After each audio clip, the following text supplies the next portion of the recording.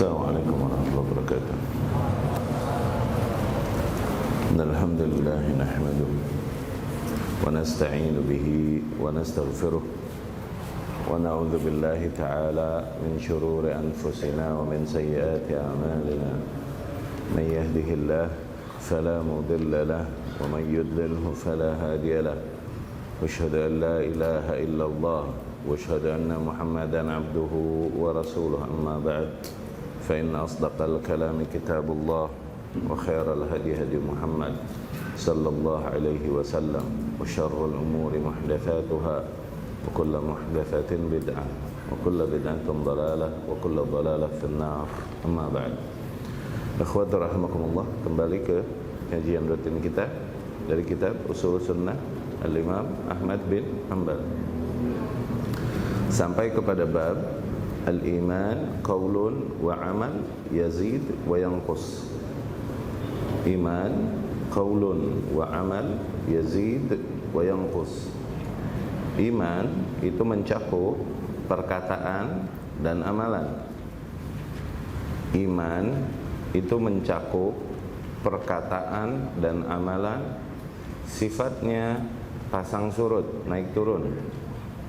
Sifatnya naik turun, ya. Nah, itu kaidah Ahlus Sunnah. Awas. Bagaimana kaidah Ahlus Sunnah di dalam yang diimani Ahlus Sunnah di dalam iman? Iman qaulun wa amal yazid wa yanqus. Awas. Selamat dari hal itu, selamat dari salah satu usul bid'ah. Ya.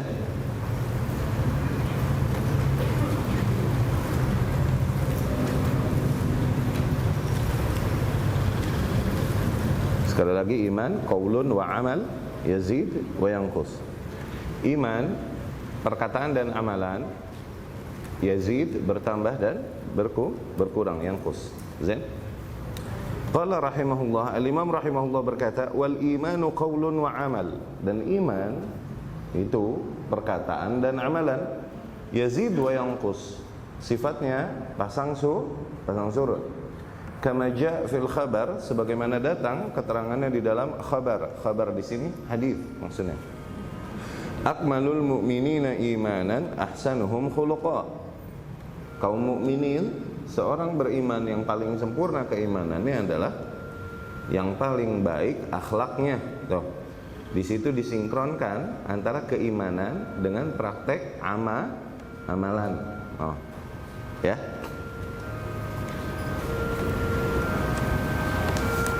Zain. Ketahuilah iman secara bahasa. Fahami dulu makna iman secara bahasa mana, nanti secara istilah mana. Secara bahasa memang iman mungkin hanya sebatas percaya aja. Percaya. Secara bahasa. Dari situ firman Allah Subhanahu wa taala yang menceritakan ketika ikhwatu Yusuf, saudara-saudaranya Yusuf alaihi salam pulang dengan khabar kadzib, dengan kisah dusta, ya, dengan darah yang dusta.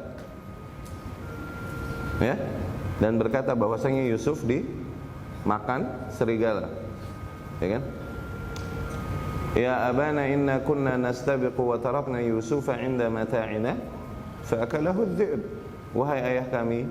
Siapa ayahnya itu? Yaqub alaihi salam.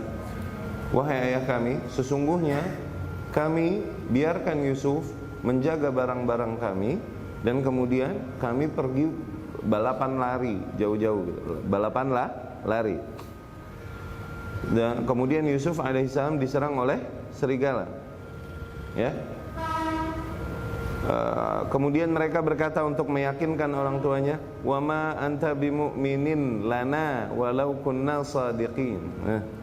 Bagaimanapun kau tidak akan beriman kepada kami kalaupun kami telah mengatakan yang jujur, yang sebenarnya.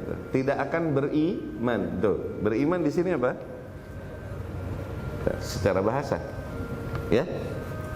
Adapun iman yang dituntut syariat tidak bisa hanya percaya. Kenapa? Kalau cuma percaya, nanti hanya sifatnya dengan Hati saja. Bisa jadi seseorang percaya hatinya tapi lidahnya berdusta, apakah kita bilang dia percaya? Nah, ini beda cerita, ya. Pembahasan iman di dalam syariah lebih dari hanya sekedar percaya yang kaitannya dengan hati saja, membenarkan atau tidak membenarkan. Oke? Di dalam kaidah Ahlus Sunnah yang namanya keimanan itu apa? Qaulun wa amal. Ini yang istilah yang umum diungkapkan oleh para Ahlus Sunnah. Qaulun wa amal, perkataan dan amalan. Perkataan maknanya apa? Ucapan. Orang beriman maka dia harus mengucapkan keimanannya, tuh. Dan juga mengamalkan. Yani dia beriman, tapi sholat kagak, zakat kagak, no, tuh. Ayo. Maka keimanannya pun rusak seiring dengan rusaknya amalannya. Keimanannya pun rusak seiring dengan rusaknya perkataannya. Nanti yang namanya qaulun ada dua macam perkataan. Ada perkataan lidah, ada perkataan hati. No. Amal juga ada dua macam. Ada amalul qalb, amalan hati. Ada amalul jawarih, amalan fisik. Ahlus Sunnah tidak memisahkan hal tersebut dari cakupan makna keimanan. Paham? Nah, dari situ sebagian ulama Ahlus Sunnah mengatakan bahwasanya iman ini qaulun wa amal wa i'tiqad, perkataan dan amalan dan keyakinan. No. Mereka bilang menambahkan keyakinan. Oke? Kenapa? Katanya kalau cuma perkataan dan amalan, maka itu amalan apa? Imannya kaum munafikin. Kaum munafikin dulu bersyahadat gak? Salat gak? Salat. Tuh. Tapi apakah hati mereka beriman? Tidak. No. Jadi kalau cuma perkataan dan amalan, katanya imannya kaum munafikin. Ini cuma beda istilah saja kalau dalam hal ini. Okay? Mereka, para ulama yang mengatakan bahwa keimanan itu perkataan dan amalan, memaknai perkataan juga bukan hanya perkataan lidah, tapi perkataan hati. Tuh. Amalan juga bukan hanya amalan fisik, tapi amalan hati. Jadi tercakup nggak makna akidah, keyakinan di situ? Tercakup kan? Nah, beres, nggak ada ikhtilaf ya. Oke? Ketemu tuh, dua istilah itu ketemu ya. Jadi mau dikata qaulun wa amal atau dikata qaulun wa amal wa i'tiqad dan keyakinan, sama no. Tayyib. Nah, Ahlus Sunnah di dalam hal ini di tengah, di antara dua kelompok yang menyimpang, dua kutub yang menyimpang. Satu sisi Murji'ah, mereka yang berkata bahwasanya iman itu hanya ungkapan lidah saja. No, keyakinan hati dan ungkapan lidah saja sudah. Kemudian seseorang yang telah bersyahadat demikian, maka level keimanannya sama seperti malaikat, Jibril, Mikail, Abu Bakar, Umar. Kalaupun mereka sefasik-fasiknya manusia. Kenapa? Mereka mengeluarkan amalan dari makna keimanan. Nah, katanya iman gak ada urusannya dengan praktek fisik. Kata dia begitu. Kata Murji'ah nih.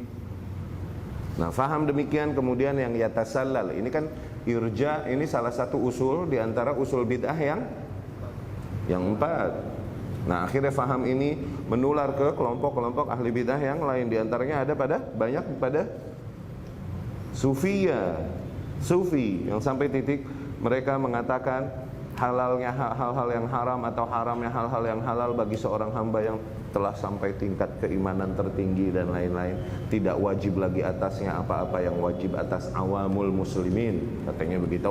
No. Kalau udah sampai tingkat makrifat, no, apalagi hakikat, itu sholatnya nggak mesti wudu, nggak mesti jungkir balik, cukup bengong, katanya begitu. Yang masih wudu, masih sholat jungkir balik nih masih syariat. Syariat ini level paling rendah kata mereka. Nah, ini efek dari pemahaman awal tadi irja. Salah satunya ke sono. Ini satu sisi, satu kutub. Mereka memisahkan amalan dari iman. Kutub satunya, seberangnya, sesuai dengan Ahlus Sunnah, Mereka bilang yang namanya keimanan itu harus mencakup perkataan, amalan, dan keyakinan. Oke? Sampai situ? Tapi mereka bilang nggak ada cerita naik dan turun, harus selalu di atas. Ketika turun maka dia jadi kafir. Maknanya apa? Seseorang yang sudah beriman maka dia harus selalu beriman dalam keadaan iman yang sempurna. Ketika turun dan dia melakukan dosa besar, maka dia jadi kafir, keluar dari keimanan secara keseluruhan, keislaman secara keseluruhan. Ahlu sunnah nggak begitu, dia tetap beriman. Terjadi padanya maksiat, terjadi. Itu cuma cerita turunnya level keimanan. Nah, masuk ke daerah yang lebih besar, yaitu Islam. Ingat, Islam, iman, ihsan. Tuh.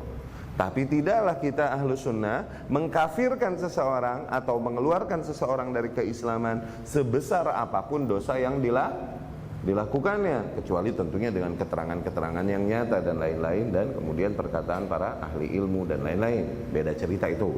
Oke? Tapi secara umum kaidah kita la nukaffir ahadan bil kabair. Kita tidak mengkafirkan seseorang pun karena dosa-dosa besar yang dilakukannya. Dia tetap masih Islam. Nah, ini kaidah yang kedua setelah iman qaulun dan amal. Iman sifatnya naik turun. No. Nggak bisa manusia selalu naik di atas, nggak manusiawi juga. Sebagaimana perkataan Rasul kepada Hanzalah, "Lau tadumuna ala ma kuntum indi, aina ma kuntum." Apabila kalian iman kalian selalu seperti ketika kalian bersamaku, yang selalu tinggi. Yani mereka kalau dekat-dekat sama Rasul sallallahu alaihi wasallam, mendengarkan Rasul bercerita tentang surga neraka, imannya terbang nih mereka nih. Oke? Tapi ketika pulang dari tempat Rasul, biasa lagi deh tuh. Kata Rasul, kalau kalian imannya selalu tinggi seperti ketika kalian bersamaku, iman kalian selalu tinggi demikian dimanapun kalian berada, niscaya para malaikat la sahfahatkumul malaikatuh fit turuki wa ala furushikum. Niscaya para malaikat akan salam salut kepadamu di jalanan-jalanan dan di atas kasur kalian. Kenapa? Malaikat selalu tinggi imannya, enggak dikasih syahwat. Ini manusia dikasih syahwat tapi imannya selalu tinggi dimanapun. Malaikat minder, bro. Salut malaikat. Enggak begitu kata Rasul sallallahu alaihi wasallam. Mesti terjadi naik turun keimanan demikian. Terjadi juga dosa. Ketika turun-turun banget terjadilah dosa-dosa yang terjadi, tapi tidak membuat seseorang keluar dari frame Islam sehingga menjadi non muslim, menjadi kafir karena dosa yang diperbuat. Awas. Ini kita beda sama Khawarij. Oke? Di kelompok yang sebelah sini nih, kutub sini. Katanya kalau bikin dosa langsung jadi kafir katanya. Khawarij no. Kalau udah kafir berarti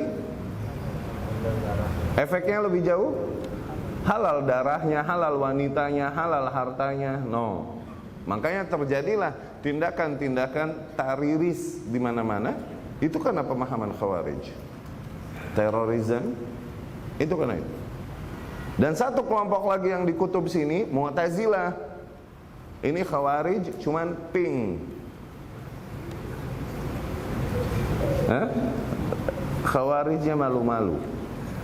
Mereka bilang seorang yang beriman terus dia melakukan dosa besar, maka dikata beriman enggak, dikata kafir juga enggak. Dia berada di satu tempat di antara dua tempat, manzilah bainal manzilataini. Negara kaum muslimin, penguasanya aparatnya muslim, ini itu. Cuman banyak melakukan pelanggaran, mungkin menerapkan hukum lain selain hukum Islam. Negara Islam bukan, ini bukan negara Islam. Negara kafir bukan juga negara kafir, kata dia gitu. Mau kafirin malu-malu. Ini Khawarij pink.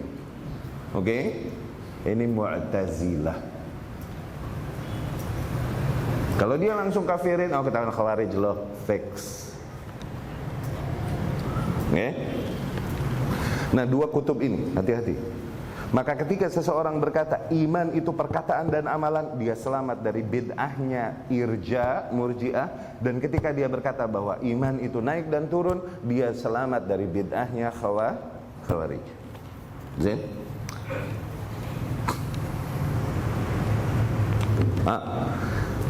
Kita lihat keterangan yang datang dari Syekh Rabi' hafizahullah.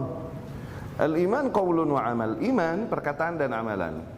Qaulul qalbi wal lisan, perkataan hati dan lidah, wa amalul qalbi wal jawarih, juga amalan hati dan jawarih fisik. Atau kita katakan iman qaulun wa amal wa i'tiqad. Bisa juga kita katakan bahwasanya iman itu perkataan dan amalan dan keyakinan. Yazidu bil ta'ah, bertambah keimanan seseorang seiring dengan ketaatan. Wa yanqusu bil ma'siyah, menurun keimanan seseorang dengan maksiat. Hadza huwal iman 'inda ahli sunnah wal jamaah. Demikianlah keimanan yang diyakini oleh ahli sunnah wal jamaah. Oke? Yusyarikhum al-khawarij fi anna al-imana qaulun wa amalun wa i'tiqad. Khawarij di satu sisi sama meyakini seperti ahlu sunnah bahwasanya keimanan itu mencakup perkataan dan amalan dan keyakinan. Sama kita di sisi situ dengan khawarij. Lakin indahum al-iman la yazid wa la yanqus. Tapi menurut khawarij, iman enggak ada sifat naik turunnya. Li'annahu bimujarrad ma yartakib al-muslimul kabirata yakhruju minal islam. Dikarenakan mereka meyakini apabila seorang muslim melakukan dosa besar aja, otomatis dia langsung keluar dari Islam. Yuqabiluhum al-murji'ah, di seberangnya ada kelompok murji'ah yang meyakini, di seberang kaum khawarij nih, yang meyakini iman at-tasdiq, iman hanya sebatas keyakinan saja, percaya aja iman tuh, gitu. Tasdiqun bil qalbi faqat, sekedar hatinya percaya doang. Awil ma'rifah kama indal jahmiyah, atau mungkin hanya sebatas ma'rifah saja sebagaimana yang diyakini oleh jahmiyah, ya. Atau tasdiqun bil qalbi kama inda ghulat al murji'ah, atau hanya tasdiq bil qalb, mempercayai hanya sebatas hati saja tanpa mengucapkan dengan lidah, maka dia telah beriman kalaupun dia nggak pernah syahadat. Serem. Kalaupun dia nggak pernah syahadat tapi hatinya mengimani, begitu, maka dia udah beriman, udah haram baginya neraka kalaupun nggak pernah melakukan amal saleh apapun. Serem, ya kan? Wa inda murji'atil fuqaha, tapi ada satu kaum lagi yang namanya murji'ah fuqaha. Awas, murji'atul fuqaha. Nah ini rada bikin ahli ilmu, para penuntut ilmu rada keder nih. Murji'ah fuqaha, mereka setuju bahwa iman ini sifatnya naik dan turun, setuju. Bisa jadi. Tapi pernyataan mereka seringkali mengeluarkan amalan dari definisi keimanan. Jadi keimanan ini hanya sebatas perkataan dan keyakinan. Mereka mengeluarkan sifat amalan dari iman. Dan banyak ahli ilmu yang kejeblos di sini, terutama dari golongan Ahnaf Hanafiyah, pengikut Al-Imam Nu'man ibn Thabit. Nah, Imam Nu'man bin Thabit, Imam Hanafi, kejeblos di sini, kepleset di sini. Oke? Dia salah memberikan ungkapan. Padahal di satu sisi Imam Hanafi adalah seorang yang terkenal dengan nasak, ahli ibadah, abid, banyak melakukan ibadah. Tapi ketika mendefinisikan keimanan, golongan Hanafiyah ini mengeluarkan makna amalan dari makna keimanan. Jadi keimanan hanya sebatas pernyataan lidah dan keyakinan hati. Ini murji'atul fuqaha, ya. Makanya kalau baca akidah Tahawiyah, Al-Imam At-Tahawi, keplesetnya di sini. Kemudian dia bilang juga khilafnya, perbedaan pendapat antara para ulama secara umum dengan para ulama Ahnaf dalam hal ini hanyalah khilaf tasawuri, perbedaan pendapat yang sifatnya beda cara menggambarkan, beda sisi pandang saja. Kata para ulama tidak, ini khilaf hakiki, ini hakikatnya emang beda, gitu. Ini kesalahan mereka. Ya, rahimahumullah, semoga Allah Subhanahu wa taala merahmati mereka. Nanti kita baca perkataan ulama tentang murji'ah al-fuqaha ini, ya, supaya menambah wawasan kita aja. Ya.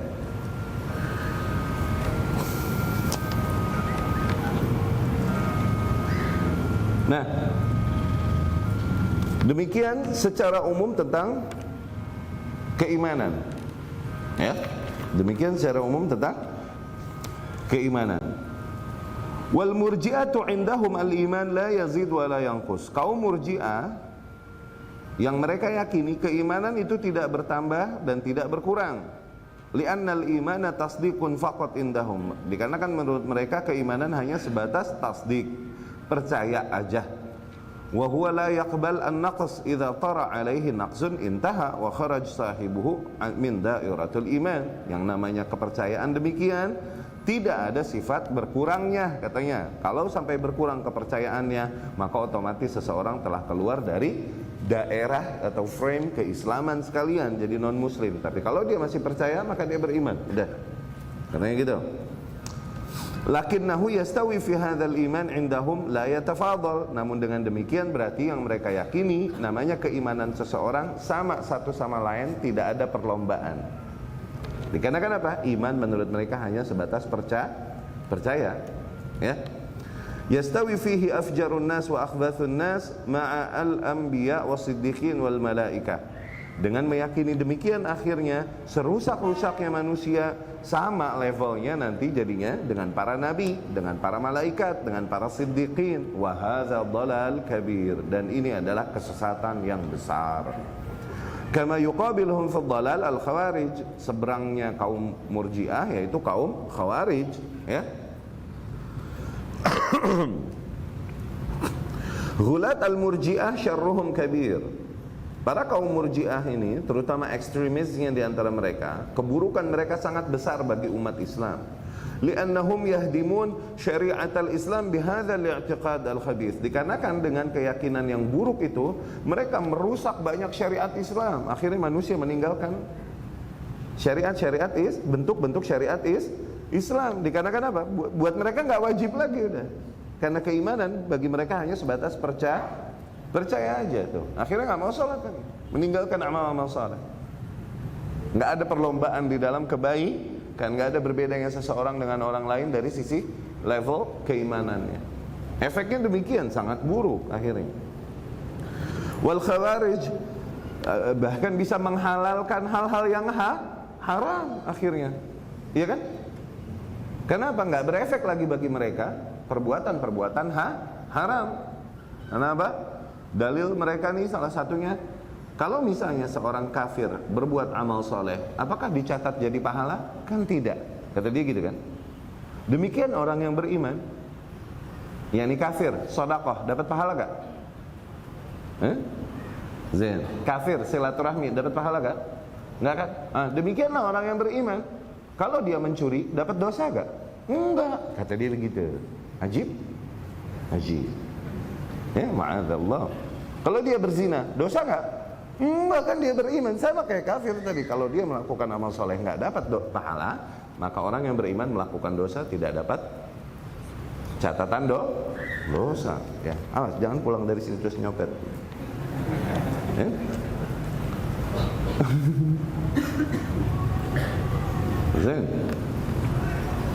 Nah, dengan keyakinan mereka itu akhirnya mereka banyak merusak syariat Islam. Tuh, dengan keyakinan yang buruk demikian. Demikian pula kaum khawarij. Li'annahum yukaffiruna al-ummah, dikarenakan dengan keyakinan yang mereka yang buruk itu, dengan itu mereka mengkafirkan umat Islam.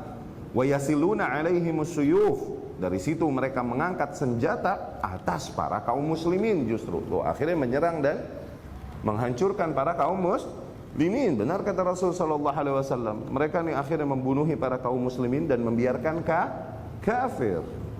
Ya. Fayastabihuna dima'ahum, dengan itu mereka menghalalkan darah para kaum muslimin, wa amwalahum, dan harta mereka. Fa bimujarrad ma yartakib al-kabirah indahum, sebagaimana yang mereka yakini, maka hanya ketika seseorang melakukan dosa besar, dia berzina misalnya, saraqah, mencuri misalnya, qatal, membunuh misalnya, sara kafiran indahum, dengan itu dia telah jadi murtad, jadi kafir. Ini kata kaum khawarij, ya. Sementara takfir ini bahayanya besar. Takfir bahayanya besar. Awas. Rasul bilang sallallahu alaihi wasallam di hadisnya Ibnu Umar radhiyallahu anhu, Man kaffara akhahu faqad ba'a biha ahaduhuma. Barang siapa yang mengkafirkan saudaranya, maka dia telah mempertaruhkan di antara keduanya. Yakni apa? Kalau di hadapan Allah ternyata beneran kafir, orang yang dikafirin diterima hukumnya kafir emang oleh Allah, bener, udah ijtihadnya. Oke, perkataannya. Tapi kalau ternyata di sisi Allah ternyata nih orang belum kafir, tuh, maka bisa jadi yang mengkafirkan ini yang dihukumi kafir sama Allah. Tuh, serem nggak? Ya, langsung 50-50 tuh, ente udah mengkafirkan orang, langsung 50-50, gocap-gocap. Ente dihitung kafir nggak sama Allah? Tuh, serem nggak? Makanya nggak boleh sembarangan menyebutkan mengkafirkan seseorang. Awas. Kalaupun ia adalah para ulama ahli ilmu yang sampai titik mengkafirkan, mereka masalah juga sama Allah, nggak dikafirin akhirnya, dihitungnya pahala ijtihad yang keliru ulama. Tapi awam sok-sokan ngafirin, awas. Iya kan? Dikafirin sama Allah maknanya apa sih? Dikafirin adalah dihancurkan amal soleh kita semua, angus, beres, udah. Dikafirkan. Kayak seseorang yang melakukan kesyirikan. Dihancurkan, diruntuhkan amalannya oleh Allah Subhanahu wa ta'ala. Ya? Kalaupun kita mensifati perkataan itu kufur, amalan itu kufur. Orangnya maka penuh dengan uzur. Oke? Paling banter kita bilang orangnya ini bid'ah tuh, ahli bid'ah mungkin gitu bilang. Paling banter mungkin, paling parah kita gituin. Enggak sampai titik mengkafir, kecuali emang ulama udah pada sepakat untuk mengkafirkannya, beda cerita itu. Ya?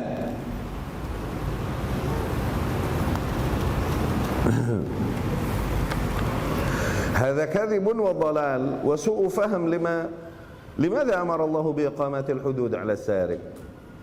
Nah, keyakinan mereka ini semua adalah kedustaan dan kesesatan dan buruknya pemahaman mereka terhadap nas-nas Al-Qur'an dan hadis.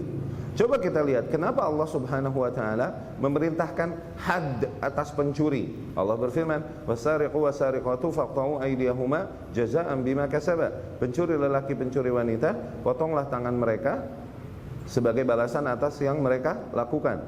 Limadza ya'murullahu biiqamatil hudud? Kenapa demikian Allah memerintahkan untuk mendirikan had ala man yashrabunal khamr, bagi mereka yang meminum khamr? Hadnya cambuk, ya. Wa dzalika alladhi kan yashrab al-khamr fa ata fa qala ahaduhum la'anakallah ma aktsar ma yu'ta bik.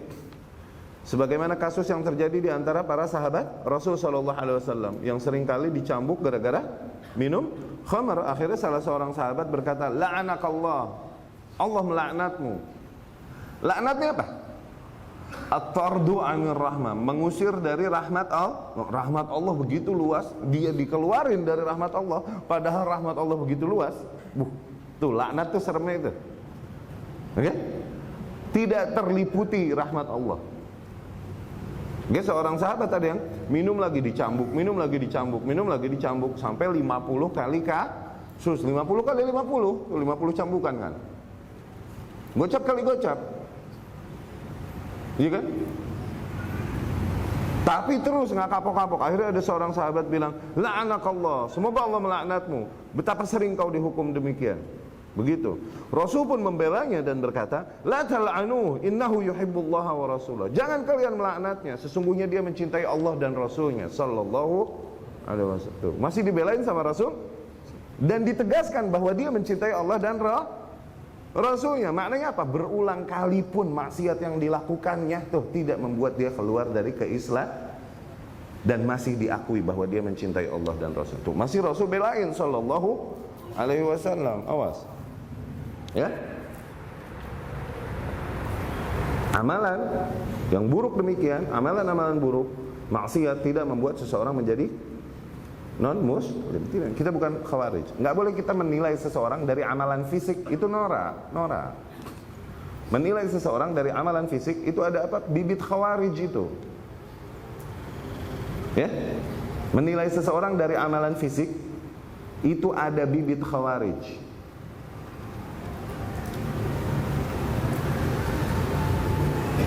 Menilai seseorang dari keyakinan, itu dia berada di atas keilmuan. terlepas dari amalan yang dia lakukan. Tar dulu.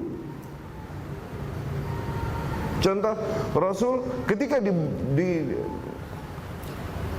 ingat yang kemarin kita ceritakan, Harkus bin Zuhair, Abul Khawarij, bapaknya Khawarij,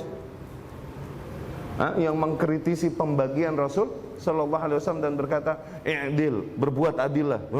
Inna hadhil qismah ma urida biha wajhullah." Sesungguhnya pembagian ini tidak diharapkan dengan ridha Allah. Tuh mengkritisi Rasul dan berkata bahwa pembagian Rasul ini zalim.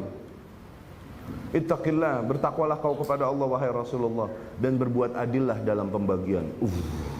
Rasul digituin. Berarti maknanya apa? Kau tak bertakwa kepada Allah dan kau membagi dengan cara yang zalim. Tuh artinya kan begitu. Rasul menggambarkan nih orang dengan ibadah sholat yang luar biasa. Tuh jauh dari maksiat dan ibadah yang luar biasa. Tapi apakah Rasul kemudian memujinya dan menyanjungnya? Kebalik. Justru Rasul bilang sallallahu alaihi wasallam, dia anjing-anjing neraka. Dia keluar dari Islam sebagaimana terpelasatnya anak panah dari busurnya. Dia seburuk-buruknya bangke di atas muka bumi. Sebaik-baiknya, semulia-mulianya korban adalah yang dibunuh mereka. Bukan dibunuh kafir, tapi dibunuh mereka. Kepada kafir saja Rasul tidak mensifati seburuk-buruknya sifat demikian kan? Tapi sama dia sampai digituin kan sama Rasul sallallahu alaihi wasallam. Padahal ibadahnya luar biasa. Yang bangsa jauh dari maksiat, bangsa nggak nyopet di pasar, jauh bro. Oke, sholat sunnah nggak ketinggalan itu. Luar biasa kan ibadahnya. Tapi lihat sifat yang Rasul berikan sallallahu alaihi wasallam. Nah, tapi ini sahabat dengan kasus minum khamr, tapi justru ada pembelaan dari Rasulullah sallallahu alaihi wasallam. Coba lihat. Kemana larinya? Yang satu errornya di amal, dibelain masih sama Rasul sallallahu alaihi wasallam. Yang satu errornya di akidah, dihantam langsung sama Rasul. Awas, jangan nilai seseorang dari amalan fisik yang dilakukan. Itu ada bibit khawarij padamu kalau begitu. Ini terjadi pada orang-orang yang baru belajar, cuman dengan apa? Dengan semangat yang berlebihan, gak berada di atas ilmu. Kasihan, ini orang begini kasihan Allah. Kenapa? Menilai seseorang dengan amalan fisik. Tuh ada bakat khawarij di situ. Tahu nggak kalian? Oke, i'tikaf ibadah yang mulia ya, iya kan? Sepakat dong. Tayyib. Rasul sallallahu alaihi wasallam di hadis Abu Dawud rahimahullah dan lain-lain, ada sebuah hadis panjang memberitakan tentang besarnya kemuliaan menolong sesama. Barang siapa yang membantu seorang muslim, barang siapa yang menolong hutang seorang muslim, barang siapa. Nih Rasul lagi tarhib, oke? Ujung-ujungnya Rasul bilang sallallahu alaihi wasallam, tayyib, wali an amshi ma'a akhin li fi hajatin lahu khairun wa ahabbu ilayya min an a'takifa fi masjidi hadha. Dan ketika aku jalan pergi membantu saudaraku memenuhi kebutuhannya, itu lebih aku cintai dan lebih mulia daripada aku berdiam diri dan beriktikaf di masjidku ini. Faham? Di masjidku ini masjid apa? Pahala di sana berapa kali lipat kalau sholat? Seceng. Kalau di haram Mekah ceban, gitu kan? Iya kan? Berarti iktikaf di situ berapa kali lipat? 1000 kali lipat dong, berarti begitu kan? Tapi kalau aku keluar membantu saudaraku memenuhi kebutuhannya, itu lebih aku cintai daripada berdiam diri dan i'tikaf. Berarti pahala yang itu lebih, bantu kebutuhan lebih besar. Apalagi keluarnya menyebarkan ilmu tentang Allah, tentang agamanya, tentang Rasulnya, lebih besar lagi nggak? Kemana? Nih cara berpikirnya, mindsetnya. Rasul bilang, "Idza quddimal isya wal asya faqaddimal asya." Apabila isya berkumandang dan dinner's ready dan makan malam telah siap dihidangkan, maka duluin makan malam. Kata Rasul, oke? Dapat sih dah? Maka ulama bilang, karena makan malam aja isya boleh kita takhir nanti jam 8, jam 9, oke? Hanya karena alasan makan apalagi kita takhirnya karena menuntut ilmu, ada kajian. Isya ditakhir boleh nggak? Boleh kata ulama, itu lebih utama. Mana yang lebih mulia, makan atau ilmu agama? Maka, tuh, begitu kan? Menolong saudaraku memenuhi kebutuhannya lebih aku cintai daripada berdiam i'tikaf di masjidku. No, bukan di masjid Tangerang, di masjidku Nabawi, bro. 1000 kali lipat, no. Tapi berjalan, nemenin sahibane, membantu urusan dia, itu lebih aku cintai. Tuh. Awas, menilai seseorang dari amalan fisik, apalagi perkara khilafiyah, tuh. Itu bakat khawarij, bro. Bakat khawarij. Tayyib. Ummul Mukminin Aisyah ditanya, "Ya Ummul Mukminin, umirna biqada'is shiyam wa lam nu'mar biqada'is shalah?" Kita wanita diperintahkan untuk mengqadha puasa kalau haid. Zain? Tapi masa sholat kita nggak diperintahkan mengqadhanya? Mana lebih? Rukun Islam mana duluan? Puasa apa sholat? Tuh, tapi kalau haid yang dikodok puasa apa sholat? Nah, sholat dikodok nggak? Tuh, ya Ummul Mukminin, kita disuruh kodok puasa tapi kagak disuruh kodok sholat? Jawaban Ummul Mukminin apa? Haruriyatun anti, ente khawarij ya sis. Gitu. Haruriyah nih khawarij, ente khawarij ya sis. Tuh, langsung kan? Kenapa? Amalan yang sifatnya ada kepentingan, maslahat bersama, menolong sesama, seringkali pahalanya jauh lebih besar daripada ritual-ritual sunnah. Awas. Amalan yang sifatnya menyebarkan manfaat kepada bersama, menolong, menjaga aib, oke? Menolong sesama, kemudian membantu hutang, membantu masalah seorang muslim, dan yang sifatnya membantu orang, maslahatnya merata, menyebarkan ilmu, mengingkari bid'ah, mengingkari syirik, tuh, maslahatnya merata, oke? Ini jauh lebih mulia daripada, pahalanya lebih besar jauh seringkali daripada amalan ritual yang sifatnya sunnah. Wajib kita nggak bahas, nggak boleh ditawar. Jangan kau pede dengan sunnahmu. Terus sadarlah bahwa kau penuntut ilmu, tahu diri. Ada Syekh Abdul Ala cerita yang kemarin ke Aceh. Ya, ini lagi ketika dia menuntut ilmu di Masjidil Haram. Pas kelar kajian, syekhnya bangun, terus ternyata syekhnya gamisnya nih menutupi mata kaki, isbal. Dia melihat itu, dia lari menghampiri syekhnya. Ya Syekh, amusbilun ant, apakah kau mengisbalkan celanamu? Syekh walam yarudni. Syekh tidak membantahku dan tidak menjawabku, dia hanya senyum-senyum kepadaku dan menepuk punggungku, kemudian dia berlalu. Sadar bahwa kau masih alay, santai dulu. Santai dulu.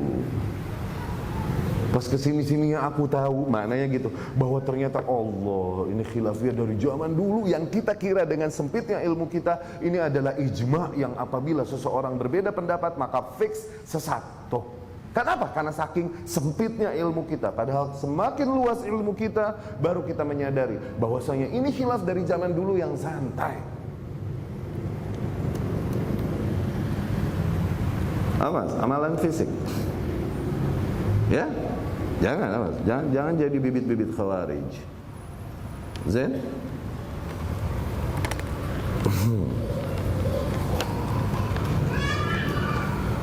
Rasul berkata, la tal'anhu innahu yuhibbullaha wa rasulah. Janganlah kalian melaknatnya, sesungguhnya dia memang mencintai Allah dan Rasulnya beneran. Tuh, dibelain gak sama Rasul?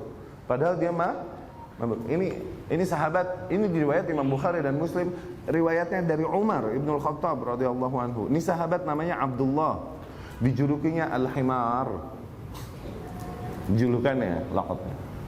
Tapi namanya Abdullah. Iya, suka mabuk, tapi fix dia beneran cinta Allah dan Rasulnya. Bahkan Rasul mengakui hal tersebut. Rasul membelanya sallallahu alaihi wasallam. Lihat kesalahan di dalam manhaj, di dalam mindset, di dalam akidah, dan kesalahan di dalam praktek fisik. Tuh. Yang satu habis sama Rasul sallallahu alaihi wasallam, Iya kan? Dicela dan diburuk-burukan oleh Rasul sallallahu alaihi wasallam, bahkan dengan sifat-sifat yang kafir pun nggak disifati seburuk itu oleh Rasul. Yang satu dibela-belain sama Rasulullah sallallahu alaihi wasallam. Jangan norak, jangan norak. Mu'minun yuqamu alaihi al-had, dia orang beriman yang didirikan had Allah atas dia. Wa yukaffar, yaqulun iqamatul had alaihi kaffarah lah. Orang yang beriman kan didirikan had oleh Allah Subhanahu wa ta'ala, maka dengan itu dihapuslah dosa dari yang terjadi pada dia dengan had yang terjadinya, yang dilakukan atasnya. Jadi kifarat dosanya, begitu kan? Nah, ini bukti bahwasanya hal tersebut tidak mengeluarkan seseorang dari Islam. Buktinya apa? Ada penerapan hukum had yang fungsinya dengan itu menghapus dosa. Ya, maknanya itu adalah penguat keterangan bahwa seorang yang berbuat dosa tidak dikafirkan, apalagi sampai dihalalkan darah. Ya. Kadzalika barakallahu fiik idza zana wa uqima alaihi al-had yakunu kaffaratan lahu. Demikianlah apabila seorang mukmin berzina dan didirikan had atasnya, maka jadilah kafarah baginya, jadilah kifarat bagi dosa tersebut. Ya. Fartikab al-kaba'ir min az-zina wal qatl wa syarb al-khamr wa masyakal dzalik kaba'irun 'azimatun wa syadidatun jiddan wa jarimatun fi nazaril Islam. Maka melakukan dosa-dosa besar seperti berzina, membunuh, minum khamr dan hal-hal yang serupa, itu dosa-dosa yang sangat besar dan parah memang di dalam pandangan Islam. Walakin la yukaffiruhul Islam, tapi Islam tidak membuat dosa tersebut tidak menjadikan seorang pelakunya menjadi kafir. Yuqamu alaihi al-haddu wa yu'aqibu. Yang ada Islam justru menerapkan hukum had dan hukuman-hukuman, ya, bagi pelaku-pelaku dosa tersebut. Ya, fil akhirah bihadzal dzamb, atau mungkin dihukum di akhirat dengan dosa ini in lam ya'fu anhu, apabila memang Allah belum ampuni baginya di dunia. Biqadar ma yasha Allah, dihukum di akhirat sesuai dengan yang Allah kehendaki. Ya. Lakin la yakhruj anil Islam, tapi dengan itu tidaklah seseorang keluar dari Islam. Wala budda ay yakhruja bi tauhidi hadzal muznib minan nar ilal jannah. Dan haruslah, dikarenakan tauhid yang dilakukan oleh pelaku dosa itu, haruslah dia keluar dari neraka dan masuk ke surga kalaupun dia melakukan dosa-dosa itu. Ya. Nanti ada kaum namanya wa'idiyah. Oke? Ada al-wa'du, ada al-wa'id. Wa'du ini kayak janji-janji yang ajib dari Allah Subhanahu wa ta'ala. Bagi yang beramal baik demikian, nanti akan demikian. Begitu, wa'ad, janji. Ada wa'id, sifatnya ancaman. Barang siapa yang melakukan dosa ini nanti begitu. Oke? Ini kayak tarhib dan tarhib. Ada kaum namanya wa'idiyah. Nah, wa'idiyah ini faham yang ada pada Khawarij juga. Oke? Yani mereka memastikan seseorang pasti di neraka dikarenakan dosa yang dilakukan jelas, dan Allah berkata orang yang melakukan dosa ini pasti akan demikian. Tuh. Oke? Mereka memastikan hal itu. Padahal kaidah di dalam al-wa'du wal wa'id yang diyakini Ahlus Sunnah gimana? Kaidah wa'du dan wa'id. Kaidah wa'du dan wa'id, insyaallah ghafara lah. Apabila Allah kehendaki Allah ampuni. Apabila Allah kehendaki Allah laksanakan sesuai dengan yang disebutkannya di dalam Al-Quran atau hadis. Tuh. Jadi misal Allah bilang, misal orang yang melakukan dosa demikian nanti di akhirat akan demikian. Hukumannya kata Allah, misal. Tapi kalau Allah mau terapkan, Allah terapkan. Kalau enggak, Allah mau ampuni, Allah ampuni sesuai dengan kehendaknya. Kita serahkan kepada Allah Subhanahu wa ta'ala. Itu kaidah al-wa'du wal wa'id. Jadi nggak bisa kita memastikan seseorang di neraka atau seseorang di surga dengan apa yang dilakukan, ya nggak boleh. Ini kaidah yang diyakini Ahlus Sunnah. Semua penilaian yang kita serahkan kepada Allah Subhanahu wa ta'ala. Ya.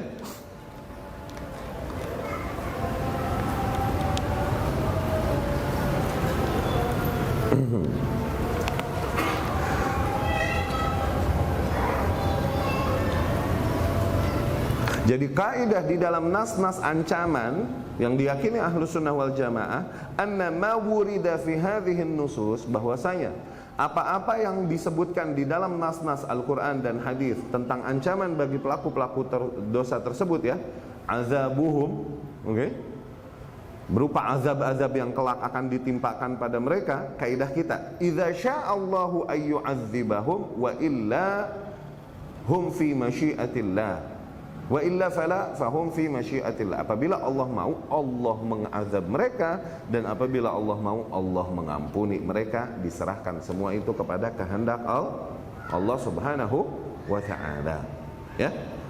Dikarenakan apa? Ada nas umum yang Allah berkata di situ, wa yaghfiru ma duna dzalika liman yasha, dan Allah ampuni dosa-dosa di bawah syirik bagi siapapun yang kehendakinya.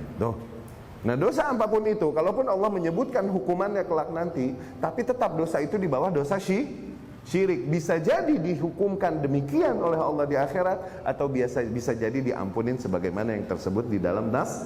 Dan Allah mengampuni dosa-dosa di bawah syirik bagi siapapun yang dikehendaki. Maka kita serahkan semuanya kepada masyiah Allah.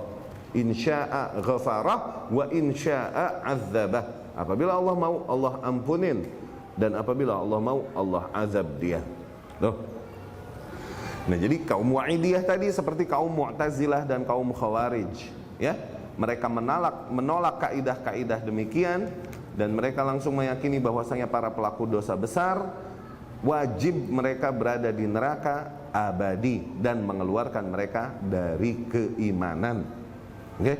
Sebagian di antara mereka ada yang langsung menghukuminya kafir, ada sebagian mereka berkata, lah, mereka di satu tempat antara iman dan kafir, manzilah bainal manzilataini, sebagaimana kaum Mu'tazilah. Usul Mu'tazilah ini ada 5. Usul Mu'tazilah akidahnya ada 5. Tauhid alam mereka, ya.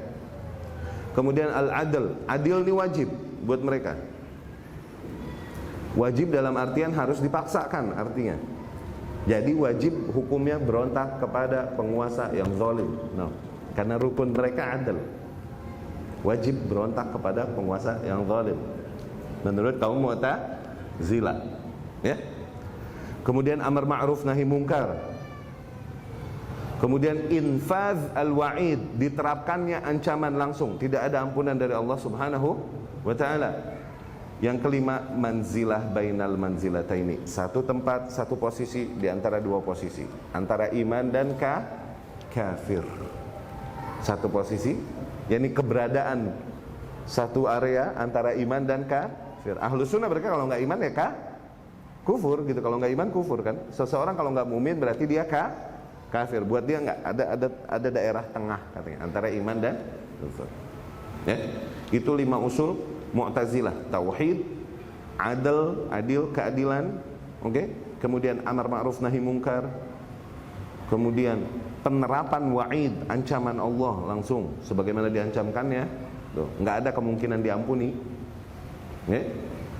Kemudian manzilah bainal manzilataini, satu posisi di antara dua posisi, yaitu di antara keimanan dan kekufuran. Baik, kita cukupkan sekian.